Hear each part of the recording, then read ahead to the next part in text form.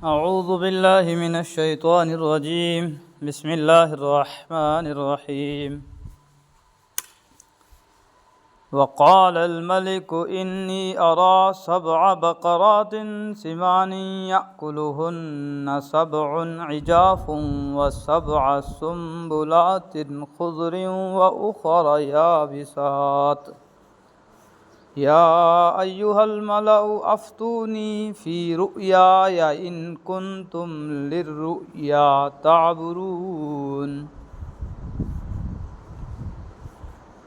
اور چند سال بعد مصر کے بادشاہ نے اپنے درباریوں سے کہا کہ میں خواب میں کیا دیکھتا ہوں کہ 7 موٹی تازی گائیں ہیں جنہیں 7 دبلی پتلی گائیں کھا رہی ہیں، نیز 7 خوشے ہرے بھرے ہیں اور 7 اور ہیں جو سوکھے ہوئے ہیں۔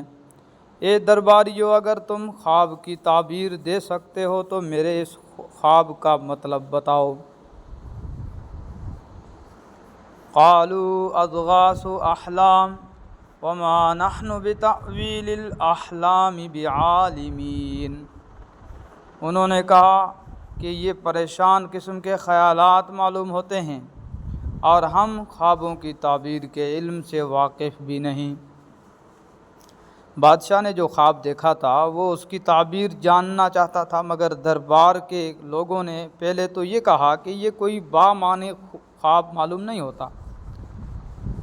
پریشان قسم کے خیالات بعض اوقات ایسے خوابوں کا روپ دھار لیتے ہیں۔ پھر یہ بھی کہا کہ اگر یہ واقعی کوئی بامعنی خواب ہے تب بھی ہم اس کی تعبیر بتانے سے قاصر ہیں، کیونکہ ہم اس علم سے واقف نہیں ہیں۔ وقال الذی نجا منہما وادکر بعد امۃ انا انبئکم بتأویلہ فارسلون۔ اور ان 2 قیدیوں میں سے جو رہا ہو گیا تھا اور اسے ایک لمبے عرصے کے بعد یوسف کی بات یاد آئی تھی، اس نے کہا میں آپ کو اس خواب کی تعبیر بتائے دیتا ہوں، بس مجھے یوسف کے پاس قید خانے میں بھیج دیجئے۔ یہ وہی قیدی تھا جس کو حضرت یوسف علیہ السلام نے اس کے خواب کی یہ تعبیر دی تھی کہ اسے جیل سے رہائی مل جائے، اور جب وہ رہا ہوا تھا تو اس سے کہا تھا، یہ وہی قیدی تھا جس کو حضرت یوسف علیہ السلام نے اس کے خواب کی یہ تعبیر دی تھی کہ اسے جیل سے رہائی مل جائے گی، اور جب وہ رہا ہوا تھا تو اس سے کہا تھا کہ اپنے آقا سے میرا بھی تذکرہ کر دینا، مگر وہ ان کا ذکر کرنا بھول گیا تھا۔ اب جو بادشاہ نے اپنے خواب کی تعبیر پوچھی تو اسے یاد آیا کہ حضرت یوسف علیہ السلام کو اللہ تعالیٰ نے خوابوں کی تعبیر کا خاص علم عطا فرمایا ہے اور وہ اس خواب کی صحیح تعبیر بتا سکتے ہیں، اس لیے اس نے بادشاہ کو بتایا کہ قید خانے میں ایک شخص ہے جو خواب کی بہترین تعبیر بتاتا ہے، آپ مجھے اس کے پاس بھیج دیجیے۔ قرآن کریم جو کہ قصہ گوئی کی کتاب نہیں ہے بلکہ ہر قصے سے اس کا کوئی مقصد وابستہ ہوتا ہے، اس لیے اس کا یہ خاص اسلوب ہے کہ جو باتیں سننے والا خود اپنی سمجھ سے نکال سکتا ہے ان کی تفصیل بیان نہیں کرتا۔ چنانچہ یہاں بھی صریح لفظوں میں یہ فرمانے کی ضرورت نہیں سمجھی کہ اس کے بعد بادشاہ نے اس کو قید خانے میں بھیجا اور وہاں حضرت یوسف علیہ السلام سے اس کی ملاقات ہوئی اور اس نے ان سے کہا، بلکہ براہ راست بات یہاں شروع فرما دی کہ یوسف اے وہ شخص جس کی ہر بات سچی ہوتی ہے۔ یوسف ایھا الصدیق افتنا فی 7 بقرات سمان یأکلہن 7 عجاف و7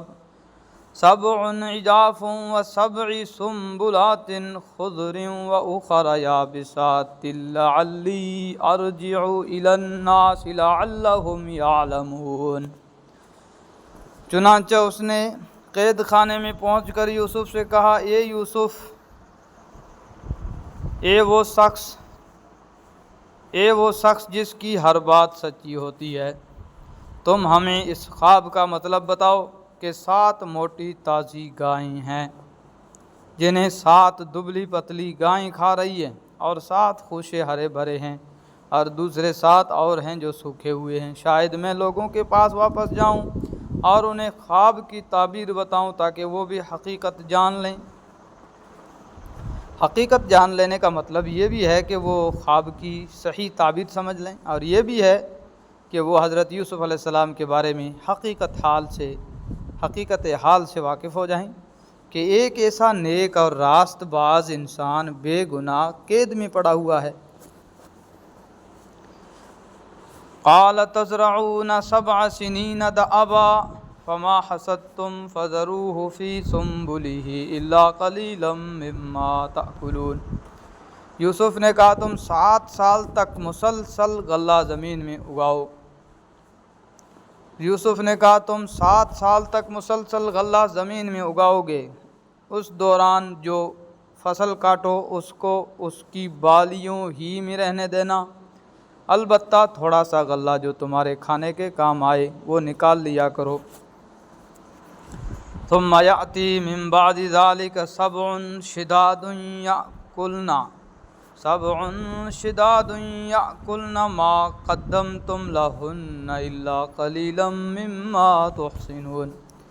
پھر اس کے بعد تم پر 7 سال ایسے آئیں گے جو بڑے سخت ہوں گے، اور جو کچھ ذخیرہ تم نے ان سالوں کے واسطے جمع کر رکھا ہوگا اس کو کھا جائیں گے، ہاں البتہ تھوڑا سا حصہ جو تم محفوظ کر سکو گے صرف وہ بچ جائے گا۔ ثم یأتی من بعد ذلك عام فیہ یغاث الناس وفیہ یعصرون۔ ثم یأتی من بعد ذلك عام فیہ یغاث الناس وفیہ یعصرون۔ پھر اس کے بعد 1 سال ایسا آئے گا جس میں لوگوں پر خوب بارش ہوگی اور وہ اس میں انگور کا شیرہ نچوڑیں گے۔ حضرت یوسف علیہ السلام نے خواب کی جو تعبیر دی اس کا خلاصہ یہ تھا کہ آئندہ 7 سال تک تو موسم ٹھیک رہے گا، جس کے نتیجے میں لوگ خوب غلہ اگائیں گے، لیکن اس کے بعد 7 سال زبردست قحط پڑے گا۔ 7 سال تک زبردست قحط پڑے گا۔ 7 موٹی تازی گائیں جو خواب میں نظر آئی تھی، 7 موٹی تازی گائیں جو خواب میں نظر آئی ہیں ان سے مراد 7 خوشحالی کے سال ہیں، اور جو 7 دبلی پتلی گائیں دیکھی گئی ہیں ان سے قحط کے 7 سالوں کی طرف اشارہ ہے۔ اب ان 7 قحط کے سالوں کا پہلے سے انتظام کرنے کے لیے حضرت یوسف علیہ السلام نے یہ تدبیر بتائی کہ خوشحالی کے 7 سالوں میں جتنا غلہ اگے اس میں سے تھوڑا تھوڑا تو اپنے روزمرہ کے کھانے کے لیے نکال لیا جائے، اور باقی غلے کو اس کی بالیوں ہی میں پڑے رہنے دیا جائے۔ باقی غلے کو اس کی بالیوں ہی میں پڑا رہنے دیا جائے تاکہ وہ سڑ کر خراب نہ ہو۔ جب قحط کے 7 سال آئیں گے تو یہ ذخیرہ اس وقت کام آئے گا، اور قحط کے یہ 7 سال اس سارے ذخیرے کو کھا جائیں گے۔ قحط کے 7 سال اس سارے ذخیرے کو کھا جائیں گے، البتہ تھوڑا سا غلہ آئندہ بیج ڈالنے کے لیے بچا رہے گا، جو آئندہ